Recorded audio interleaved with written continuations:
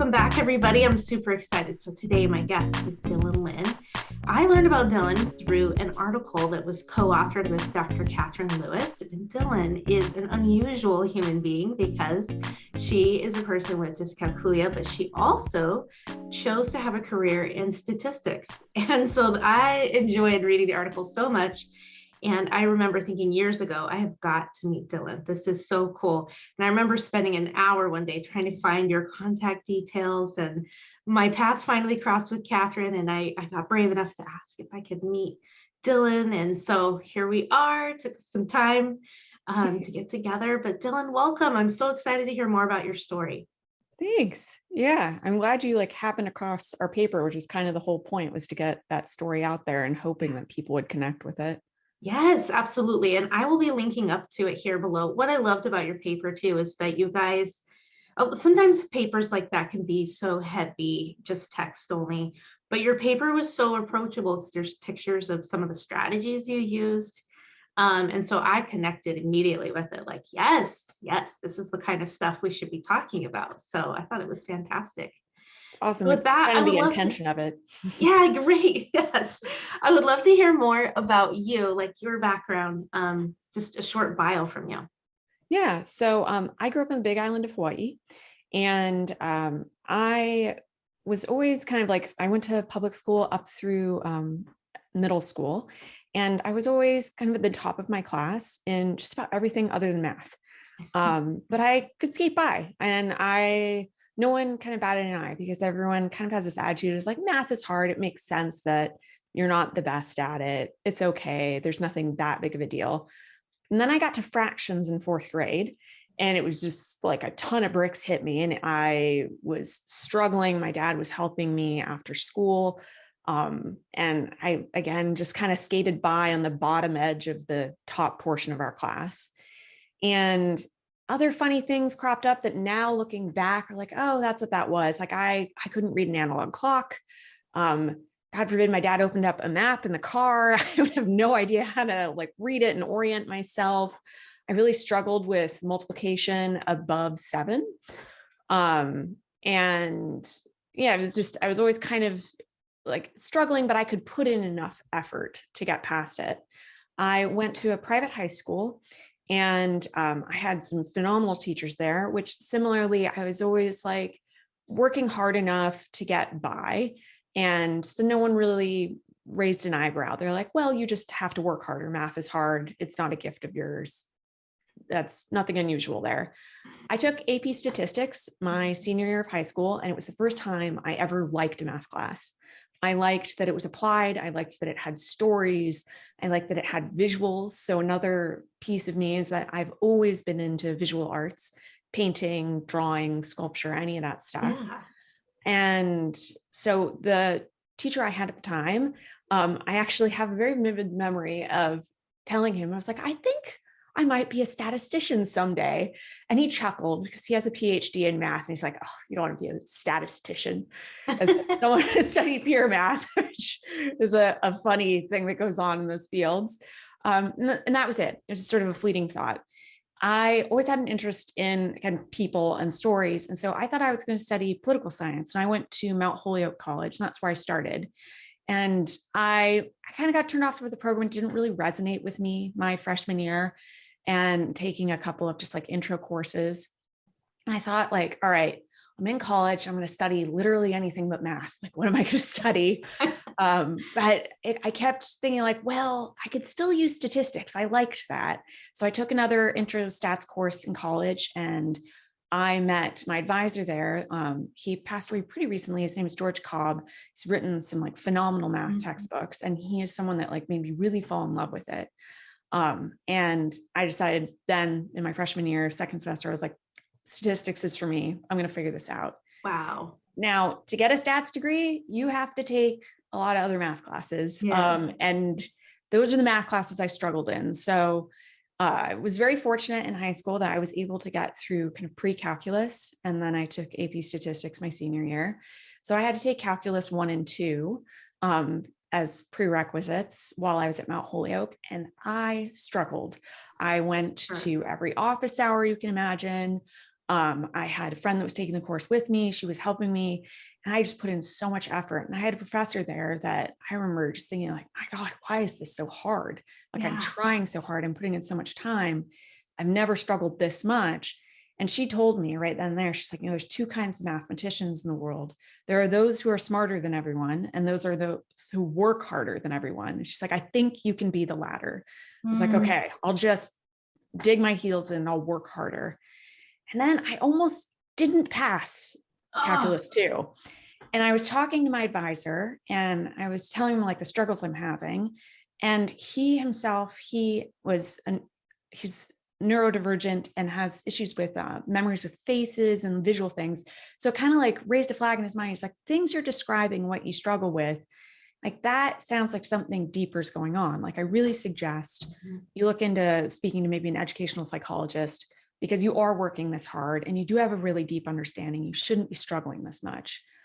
And that was the kind of like thing that passed in my sophomore year.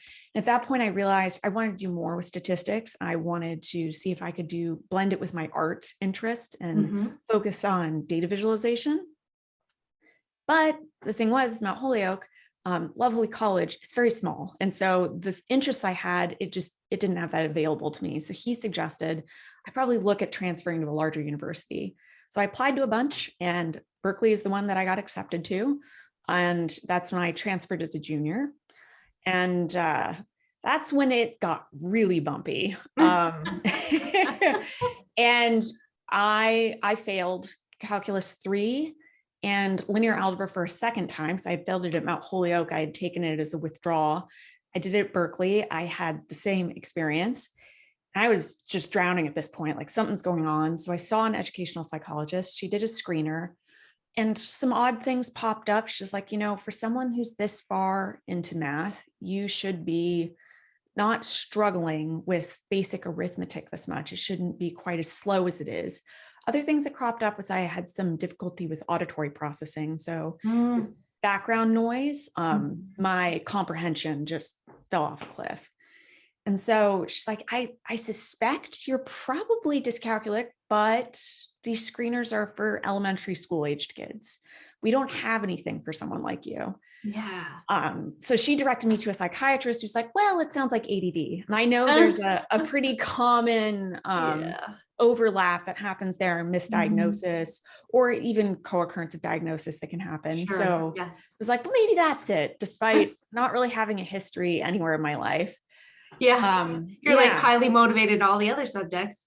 Forget that.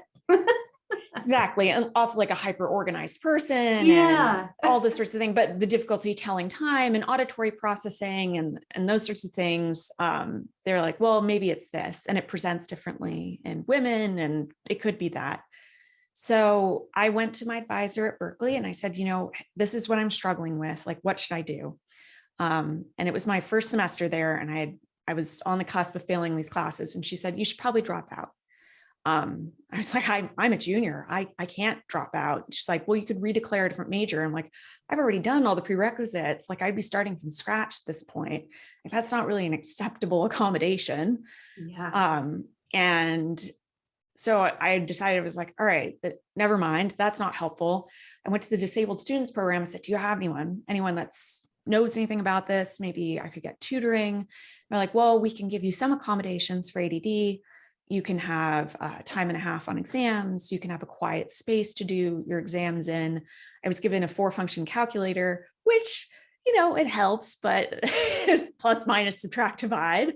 It helped a bit. It's not some magic thing, though, when you're taking multivariate calculus. No. And so they connected me with Katie. And she was a graduate student at the time in the education department, studying math learning disabilities. And I said, can you help me? And she's like, I can't help you with your math, but I would really like to do some research into this with you, because I've never met someone like you. And that's where it kind of took off from there.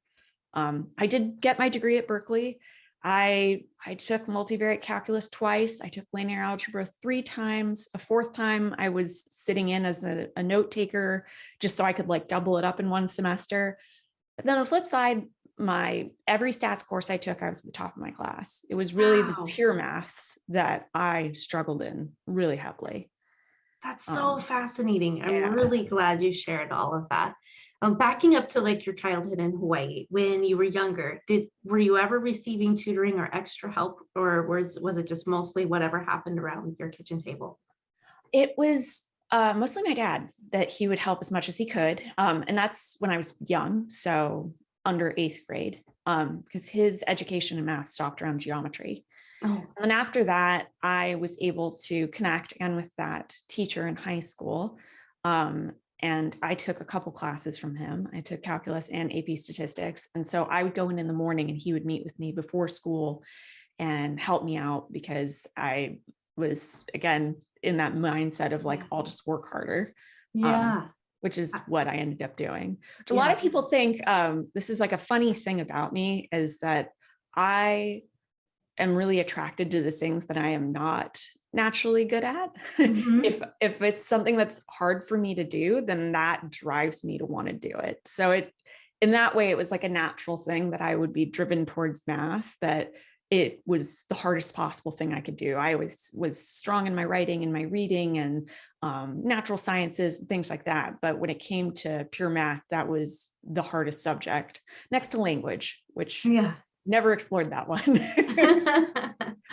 So if your dad's education started in geometry, do you think he has some of maybe the same struggles?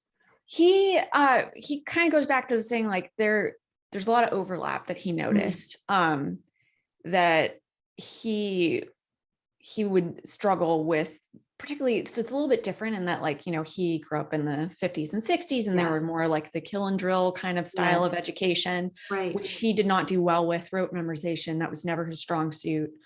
And so he did really well in geometry, which is an applied science. He ended up working in restaurants and things of that nature, completely divorced from that. He didn't go to college, neither did my mom. And so it's possible. We have other family members, kind of similar thing, where they were really good in applied math, but if you ask someone to remember a phone number, they couldn't do it. Wow. Yeah. Isn't that so fascinating? Oh, I'm glad I asked about that. And Yeah. then fast forwarding to you're wrapping up college, you're going to graduate with this degree in statistics. What did you end up doing next with that? Yeah. So one of the things that I was really grateful about Berkeley was that they had in their stats program, you could do an applied focus. So your final like 3 courses, I think it was, would be in whatever your applied discipline was. And I wanted to do data visualization, which Berkeley didn't have a program for at the time. Now it does. It has like a whole degree program for it. So I ended up taking some courses in the School of Information, which is a graduate school there, in like database management and information organization, that sort of thing. As well as I took a course, I think, in demography and geographic economics. And so those were kind of like the things I was interested in at the time. And I got connected with a professor there who knew of another Berkeley grad that had a company called Lithium. They're still around. They are a company you don't realize you're using, but you are. It's just about any forum on the internet that's like a support forum for a brand. It's almost always run by Lithium. It's them or Salesforce. And so he connected me with Dr. Michael Wu, and he was looking for someone with kind of my interests, that I have a statistics background and an interest in data visualization, as well as like organization analysis and people. And Lithium is an online forum with users. And so that was how I got into that job, was through that professor who knew some people that worked at this company. And it made sense. And this is kind of like, so I graduated in 2011 and started working in 2012. This was right on the beginning of like the hotness of like data scientists. And like before it became kind of like an amazing, trendy, like I said, Berkeley's got a degree program for it now, but it didn't then. And so that was like, I didn't even realize it was an option until I got this job. And I absolutely loved it. I worked there for 2 years and then kind of wanted to see if I could advance my career. I worked at Twitter for almost a year in a completely different field. So instead of doing like analysis on people and user data, I worked in their capacity planning department, which actually determines hardware capacity, servers. Yeah.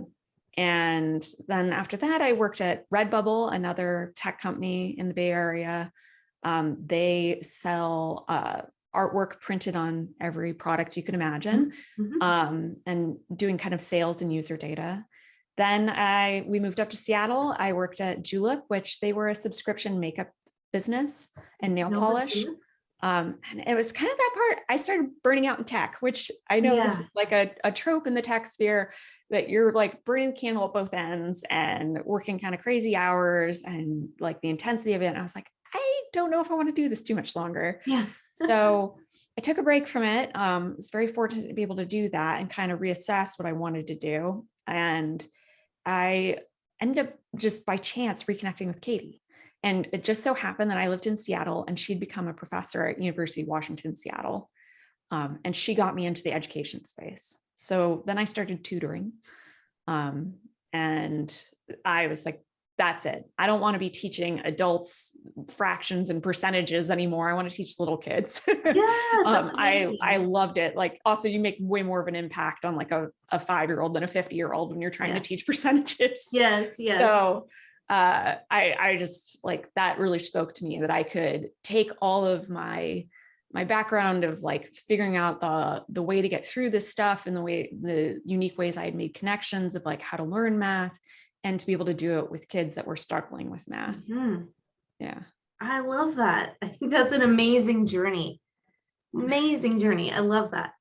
So as you were like struggling during those last few semesters of college, what kinds of things did Katie ask you to try to help yourself during those classes? I'm assuming she gave some ideas for you, or was she purely just observing you? So something that's like really unique about that paper that we wrote, and why it kind of, I think, has the voice that it does, is that we decided to do it as collaborators. So although I was the research subject, I was also a co-researcher in the space, because I told Katie, I was like, well, if you can't help me, then maybe my story can get out to help other people, because I couldn't find anything. I couldn't find any information about this.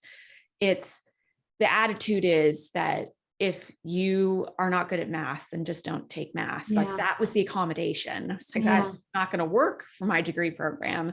And so there has to be something else. And so instead it was Katie kind of observing my thought process and putting it into this paper together, so that way it could be a resource for others, since I couldn't find one.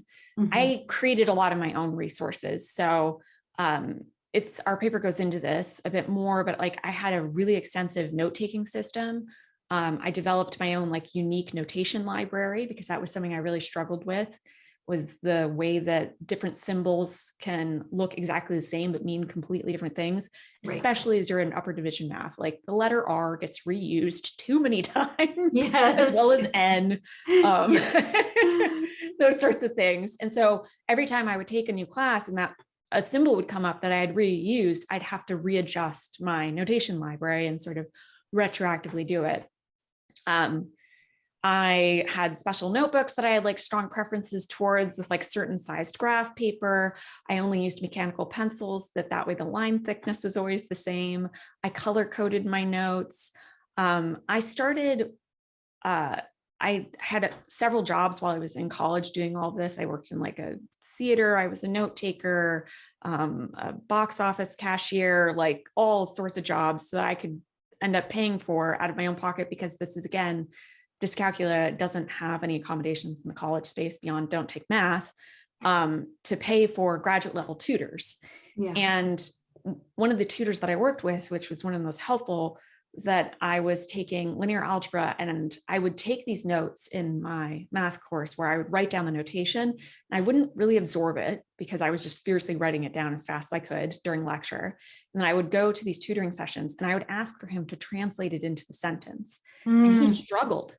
And this is someone who's graduate level at Berkeley, brilliant mathematician, but going that direction back to written language, he was like, it's so funny, I can't tell you. I just know what these things mean. Versus when I wrote it in words, then I could do the math. It was the notation I was getting hung up on.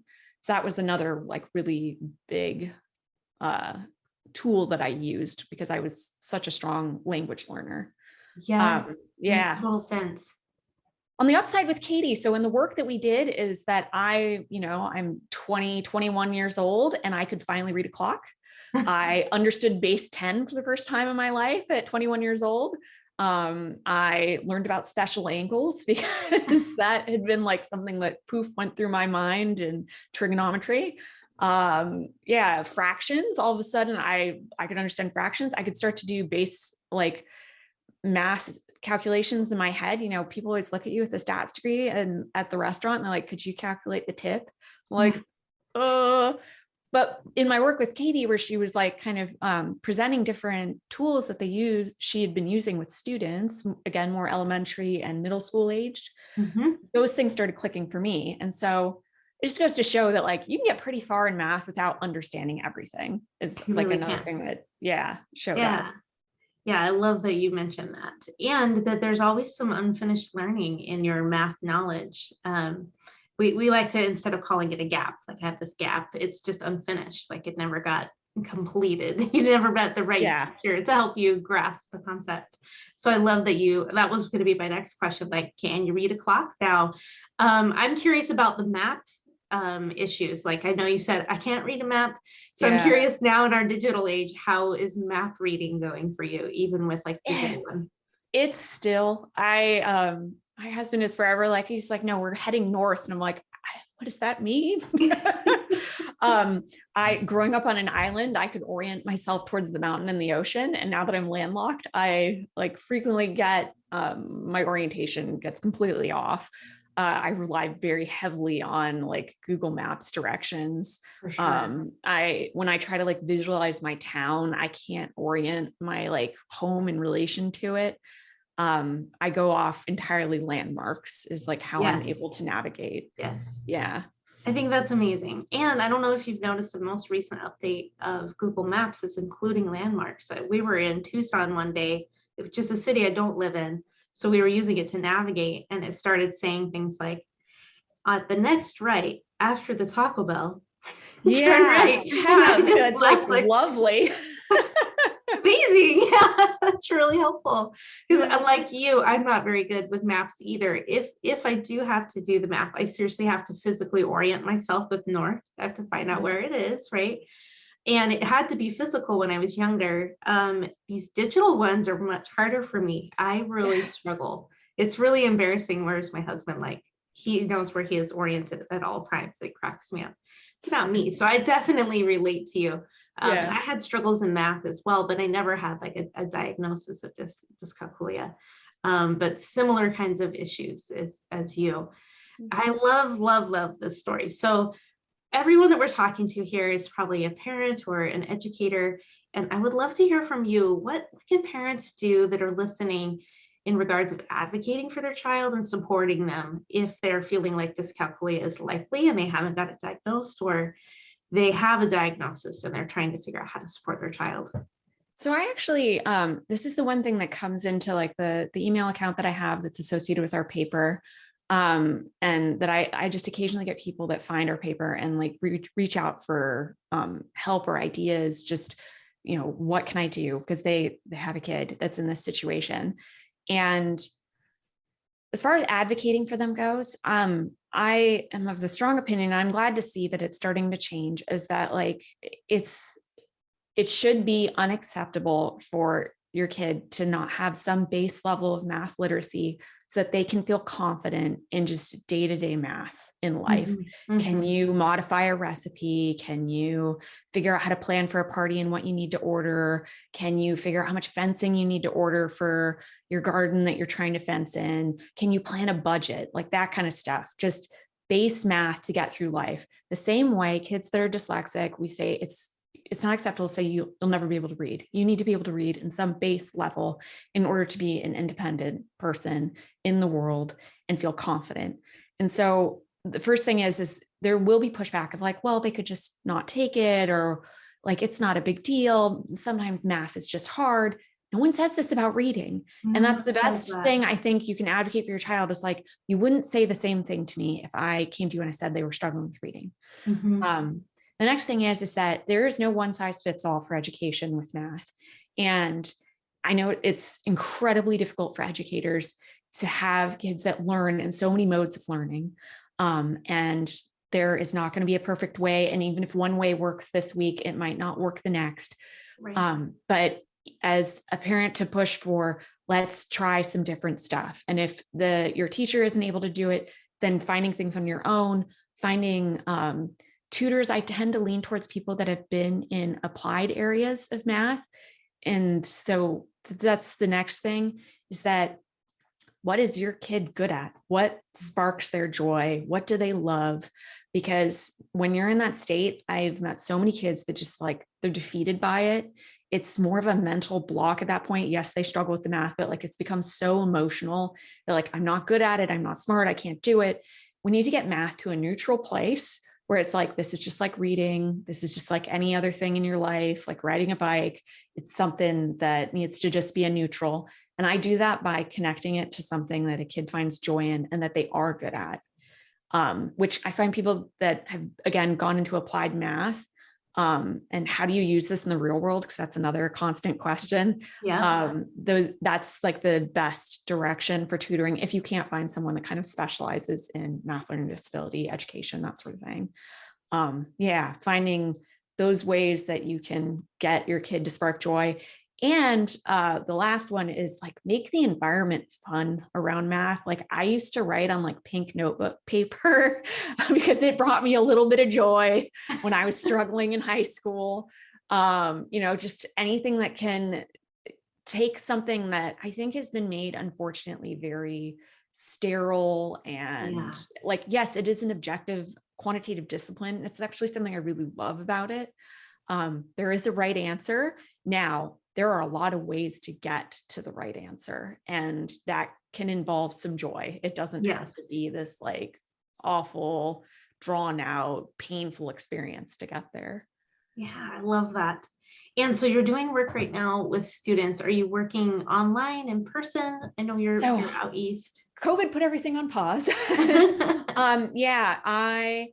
I had my daughter and I scaled way back. I was basically only doing kind of like special one-off things, particularly with Katie. We did a couple of like presentations and conferences, finished up a paper, that sort of thing. And then the plan was my daughter would go to preschool and I would go and get my teaching credentials because I've always wanted to teach elementary. And that was right in like 2019, 2020. That would have happened. And so that came to a screeching halt. I respond to emails. I make calls to parents when they reach out to me, just kind of one-offs. That happens maybe once a month. And I'm just doing that because that's the whole reason why I wrote this paper, was to like get that story out there.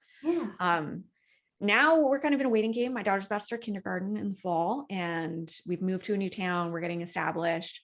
I'm interested in getting back into particularly tutoring math and then seeing where it goes from there. If I launch fully into being elementary school teacher, or if I kind of stay in the more like narrow field of math tutoring. And I really like kind of tutoring from ages like 5 to 11, 12. Like that's my sweet spot. Yeah. I love that. That's great.